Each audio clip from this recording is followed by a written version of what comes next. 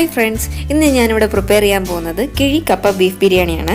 അതിന് വേണ്ടിയിട്ട് ഒരു 15 ചെറുള്ളി, 6 അല്ലി വെളുത്തുള്ളി, ഒരു 4 കഷ്ണം ഇഞ്ചി, 3 പച്ചമുളക്, കുറച്ച് പച്ചമസാല, കുറച്ച് മല്ലിയിലയും കരിവേപ്പിലയും, ഇതെല്ലാം ഒന്ന് ചതച്ചെടുക്കാം. കപ്പ ഞാനിവിടെ ഓൾറെഡി ഉപ്പും മഞ്ഞളും ഇട്ട് വേവിച്ച് വെച്ചിട്ടുണ്ട്. ബീഫിലേക്ക് ഒരു 1/4 ഗ്ലാസ് വെള്ളം, ഉപ്പ്, മഞ്ഞൾ, കുരുമുളക്, കുറച്ച് ജീരകവും കരിവേപ്പിലയും ചേർത്ത് ഒരു 8-9 വിസിൽ ഞാൻ വേവിച്ചെടുത്തിട്ടുണ്ട്. ഇനി ബിരിയാണിക്ക് വേണ്ടിയിട്ടുള്ള മസാല പ്രിപ്പയർ ചെയ്യാം.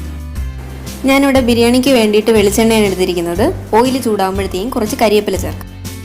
അതിലേക്ക് നേരത്തെ ചതച്ച് വെച്ചിരിക്കുന്ന മസാല ചേർക്കാം.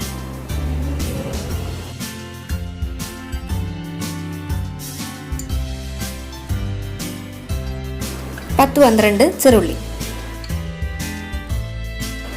1/2 സവാള നന്നായിട്ടൊന്ന് സോട്ട് ചെയ്തെടുക്കാം. ആവശ്യത്തിന് ഉപ്പ്,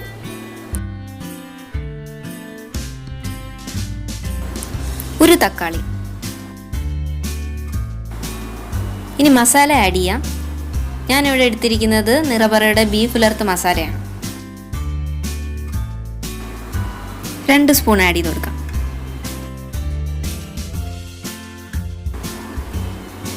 കുറച്ച് വിനാഗിരി ആഡ് ചെയ്യാം.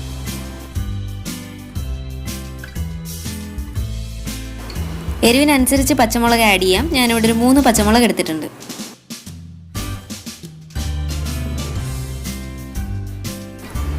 നേരത്തെ വേവിച്ച് വെച്ചിരിക്കുന്ന ബീഫ് ചേർത്ത് കൊടുക്കാം.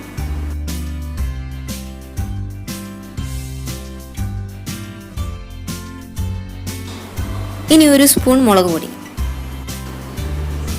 1 സ്പൂൺ മല്ലിപ്പൊടി, 1/2 സ്പൂൺ കുരുമുളക് പൊടി, കുറച്ച് ഉലുവപ്പൊടി,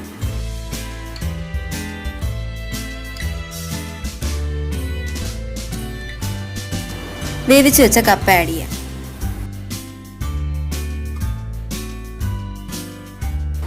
നന്നായിട്ടൊന്ന് ഇളക്കി കൊടുക്കാം. കപ്പയും ബീഫും നല്ലപോലെ ഒന്ന് മിക്സ് ചെയ്തതിന് ശേഷം അതിലേക്ക് കുറച്ച് മല്ലിയില ചേർക്കാം. ടേസ്റ്റ് കൂടാനായിട്ട് 2 സ്പൂൺ നെയ്യൂടെ ചേർക്കാം. താളിക്കാനായിട്ട് വെളിച്ചെണ്ണ ചൂടായതിന് ശേഷം കുറച്ച് കടുക്, കുറച്ച് തേങ്ങാക്കൊത്ത്, 3-4 ചെറുള്ളി ചെറുതായിട്ട് അരിഞ്ഞത്, ഇഞ്ചി ചെറുതായിട്ട് അരിഞ്ഞത്. ഇവിടെ ഞാൻ വെളുത്തുള്ളി തോലോടെ തന്നെ ചതച്ചെടുത്തതാണ്, ചേർത്ത് കൊടുക്കാം. ഒരു 2 വറ്റൽ മുളക് കൂടെ ചേർക്കാം. നന്നായിട്ടൊന്ന് മൂത്ത് വന്നതിന് ശേഷം കുറച്ച് കരിവേപ്പില. ഇത് ബിരിയാണിയിലേക്ക് ആഡ് ചെയ്തതിന് ശേഷം നല്ലപോലെ ഒന്ന് മിക്സ് ചെയ്യാം.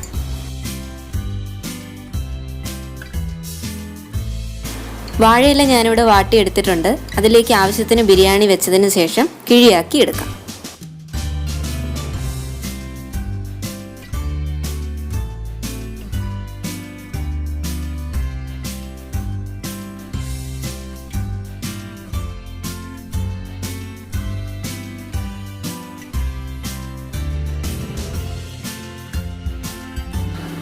കിഴി ഒരു 3-4 മിനിറ്റ് സ്റ്റീം ചെയ്തെടുക്കാം. ക്രിസ്മസ് ഈവ് സ്പെഷ്യൽ കിഴി കപ്പ ബീഫ് ബിരിയാണി റെഡി ആയിട്ടുണ്ട്. ഒരു അടിപൊളി നാടൻ ഡിഷാണ്.